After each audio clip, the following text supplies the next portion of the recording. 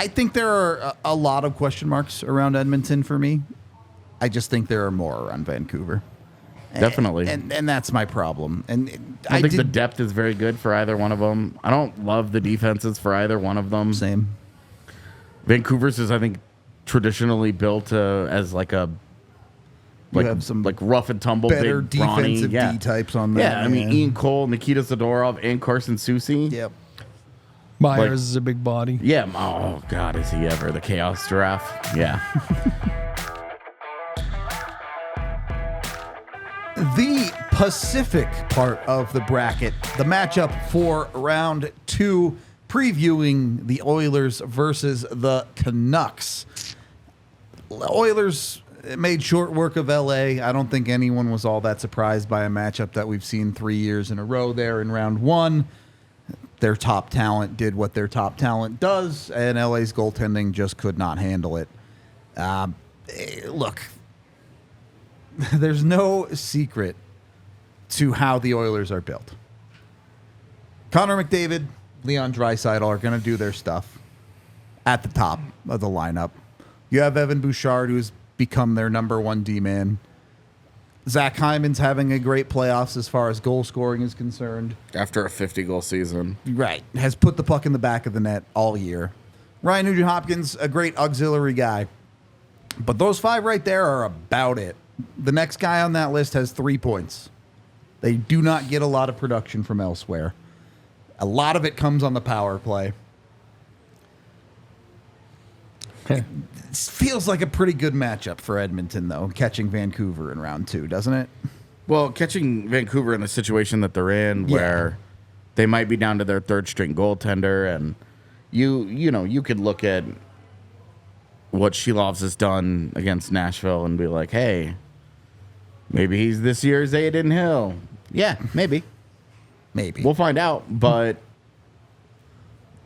maybe Nashville also wasn't very good at scoring goals. Yeah. Maybe the magic dried up when a team started shooting at him 20 times per game. I promise they're not as good as Connor McDavid and Leon Draisaitl at scoring goals. So. And, don't take a penalty. True.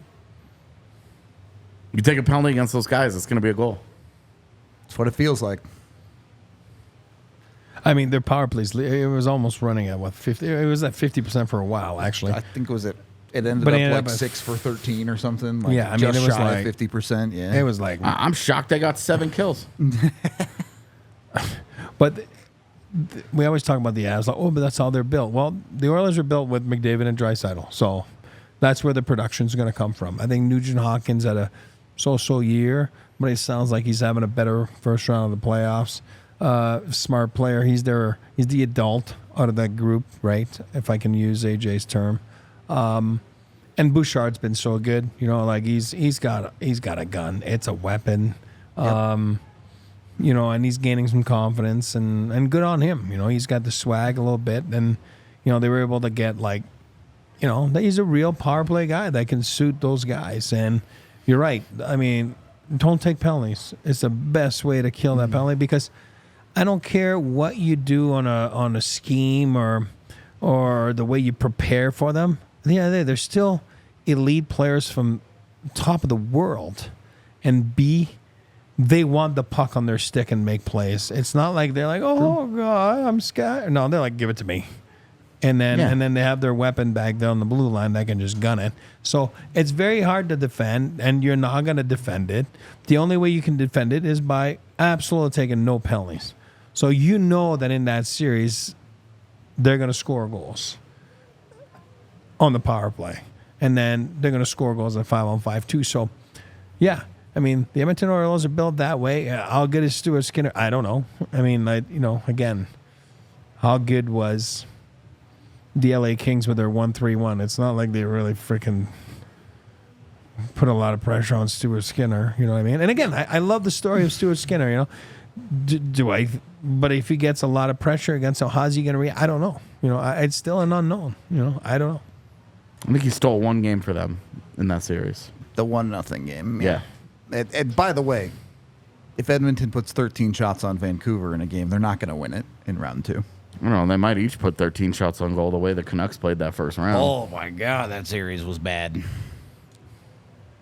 Anyway, I think there are a lot of question marks around Edmonton for me. I just think there are more around Vancouver. Definitely. And that's my problem. And I think the depth is very good for either one of them. I don't love the defenses for either one of them. Same. Vancouver's is, I think, traditionally built as like a have some like rough and tumble, better big, brawny, defensive D types on there. Yeah, I mean, Ian Cole, Nikita Zadorov, and Carson Soucy. Yep. Myers is a big body. Yeah. Oh, God, is he ever. The Chaos Giraffe. Yeah. My X factor for Quinn Hughes is Edmonton, obviously great. Philip Hronek awesome. is overrated like crazy. With a gun, too. but yeah. having a good year. Yeah, but in the zone. Yeah. My X factor was the depth for Edmonton. I'm taking Evander Kane as the guy because did the Oilers get through that series with LA in 5? Yes. Did they get a whole lot out of their depth production? Absolutely not. It was almost exclusively their top guys in the power play driving that production and making that series easy for them. Especially against the Canucks defense, which is going to be, you know, as I said, it's full of brawlers. Yep. You want a power forward. Yep. That should, in theory, be Evander Kane. In theory. He was drafted in 2009. We've been saying this for a long time. Yep. For a reason. And I think that's why he's a good X factor, is because if he completely ghosts this series, It's going to be a whole lot tougher for Edmonton. Yep. It's this series, I just feel like loses all of its complications. And we're going to go a little bit out of order here, but if you bring up Vancouver's X factor, the entire series is designed around who's even in net in this series for Vancouver. Like, is it Shelov's? Does Casey DeSmith come back? We're pretty sure Demko's not coming back. He's on the ice right now, but who knows? but if he does, Yeah. okay. Well, that's a That's a Vancouver, huge yeah, piece. suddenly gets way closer to having a chance in my Exactly. opinion in this series. But Well, Seeloss, he's got a bad dress shirt too. We know that.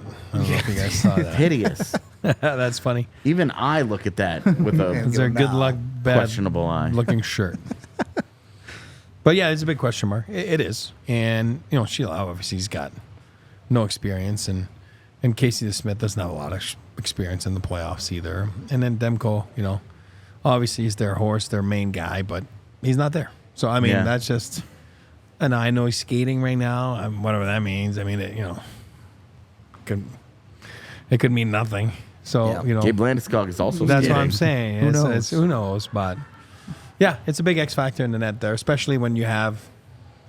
Again, I use that word all the time. Machine guns coming at you. You know, Draisaitl, Bouchard, Yeah. McDavid. I mean, it's yikes. And look, Vancouver is who they are, right? They had a very good first half of the year. They kind of got to cruise their way through the regular season for a good portion of this year. Not that they're a bad team, but in my opinion, I think there's been a lot of, I don't know if I want to call them frauds, but question marks around who they really are come playoff time. Now, they lose Demko and they still get through Nashville, a Nashville team that I think surprised a lot of people with how effective they were all year, to be honest. A Nashville team that threw 2 home games away on home ice. Yep. Home games. Certainly In the should have final- won one of them, yeah. In the final 2 minutes, they lose 2 home games. Yep. You win a series 4-2. That's the difference. What else is there to say? Even if you split those, you go into a game 7, and who knows? true. Yeah. So I don't have any confidence in the Canucks. They didn't look any good. I agree. They I'm- just I'm didn't. with They you. didn't look any good, and now they're going to play an Oilers team that's been playing with a ton of confidence. Yep. That I actually do think is dangerous. Yep. And everybody rolls their eyes. Oh, it's the Oilers. This is a better matchup for Edmonton, and I don't think this will be all that close. And if we bring up Vancouver, rather's top scorers, I'm not saying these guys aren't bad players. JT Miller has been a consistent producer. Brock Besser, the Yeah. same. Half of those for Brock Besser came in one game. Yep. One hat trick in a game that they shouldn't have even won. And compare that to the top of Edmonton. Half the production Yeah. of Connor McDavid. And look, I get McDavid is not something that guys are going to ascend to, but you got to keep it competitive. Dakota Joshua and Nikita Zadorov among your top scorers in a playoff series. It's a problem. If that happens in Edmonton, they're going home. Yep. Well, and that's where I'm different than you guys, because I think Pettersson will have a better series. He hasn't been good. He needs to. He hasn't been has good. to. Well, Yeah. that's why I'm picking, you'll see my pick, but I have more faith than you guys in Vancouver. I do believe Pettersson has a better showing. I like what they've gotten from guys like Garland, and a little bit of pain in the ass, a little bit of digging and driving, and pain in the ass. Make the big play. There is, again, I like their decor. I'm a big Z fan, so I like that. I think it can be a game changer with physicality. Yeah. All that it takes is one big hit, and Yep. you're like, whoa. You know what I mean? Like, I always go back to was it 2020? The 2021? Whatever it was, Avs against Calgary. I thought he was awesome with the Avs against Calgary there, 2019. Is it 19? 19, it would yeah. have been Yeah, 19. 19. Yeah, you're right. Anyway, the city's going bananas. Like, it's nuts. It's a loud building. I have a lot, again, I'm biased here, but I put a lot of stock on footy with their decor and Boy talk. Yep. Yeah, just they've been there, as players. They've been. I mean, Talk's been there as a coach, assistant coach, but you can control a lot of stuff from the bench. You know what I mean? And I just feel that they do have that pedigree right there, more so than the other team.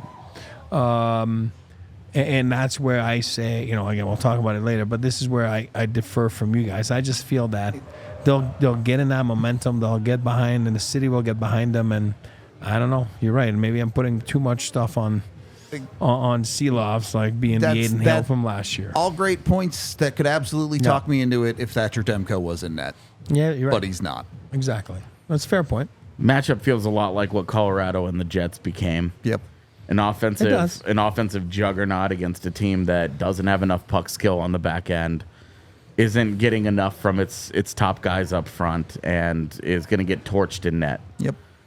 Like, Pettersson's got his contract, which is, I think if he didn't have his contract, I'd be like, maybe this guy can't do it. You know what I mean? Like, now I'm like, okay, well, that's behind him. No, it's just a matter of elevating your game. And you have to get through it sometimes, and just kind of live it. Somewhere they get the easier matchup in the first round with Nashville, and again, not putting Nashville down, but whatever, it was ugly hockey, and they found a way to win. Now does he go and help in round 2 against the likes of McDavid and Draisaitl? He's going to have to, or else Either it could be a figures it short out, series. or he's Mark Scheifele making his money on the golf course. That's One right. of the two. Exactly.